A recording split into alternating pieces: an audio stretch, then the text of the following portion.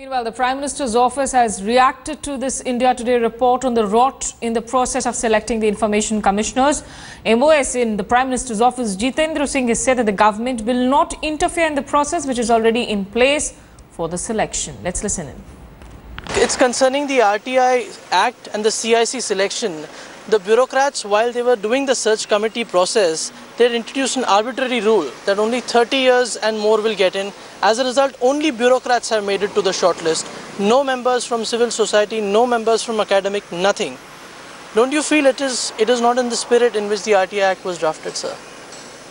No, I think there's a mechanism in place and I don't wish to enter into a public debate on that. There's a mechanism definitely in place.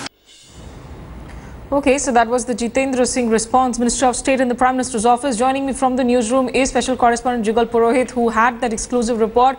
Jugal, you know, when the Minister says that there is a mechanism in place and I would not like to interfere, the question arises that this was an act that was passed by way of a parliamentary procedure. So how could the amendments have been made by the bureaucrats themselves in the first place? Well, it's important for us to understand that there are no amendments at all. What has happened is an arbitrary rule of sorts that was brought in by this search committee, which was meant to shortlist candidates and provide the best of the lot for the final selection by the political establishment. Now, it's an arbitrary introduction of a rule of sorts which has actually got about the results that we are now speaking about. And also, if the government is so desirous to not interfere in the mechanism that has already been instituted, it will be interesting to see, because according to my information, activists have already approached the court on this issue, and perhaps they may not hold back on approaching the court once again for the kind of arbitrariness that has come about in the process. The fact is, Smita, if I can just conclude, that it's an act which has empowered citizens, and today we find no representation from any section of the society except the retired bureaucrats. That's what's hurting everyone. Absolutely. Stay with us. I'm also joined by Mr. Shailesh Gandhi, who is an RTI activist and who was, through those RTI petitions also looking into this entire case. Mr. Gandhi, as Jugal seems to be pointing out, since Mr. Jitendra Singh says that, the government will not interfere with the current mechanism, are you looking at legal options now? You see, how many times will we keep going to court of law? I think it's the elected government which must recognize that democracy is good, recognize that right to information is a fundamental right. And if courts are not able to do anything on this, I think it's very sad.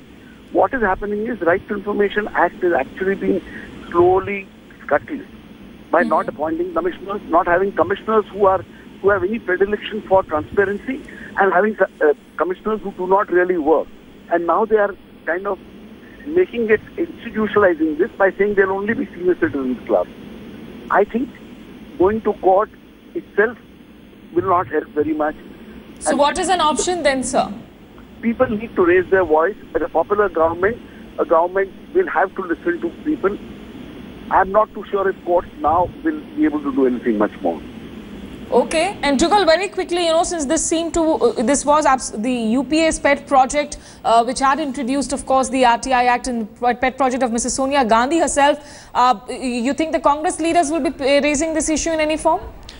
Well, if we are to just go down the memory lane, we are aware that the Congress party, the UP, also wanted to dilute the RTI Act by bringing in provisions, but it was a very strong reaction from the civil society which actually stalled that move. And perhaps, as Shailesh Gandhi is suggesting, that even this time, for the kind of, there are 40,000 plus cases which are pending at the CIC level.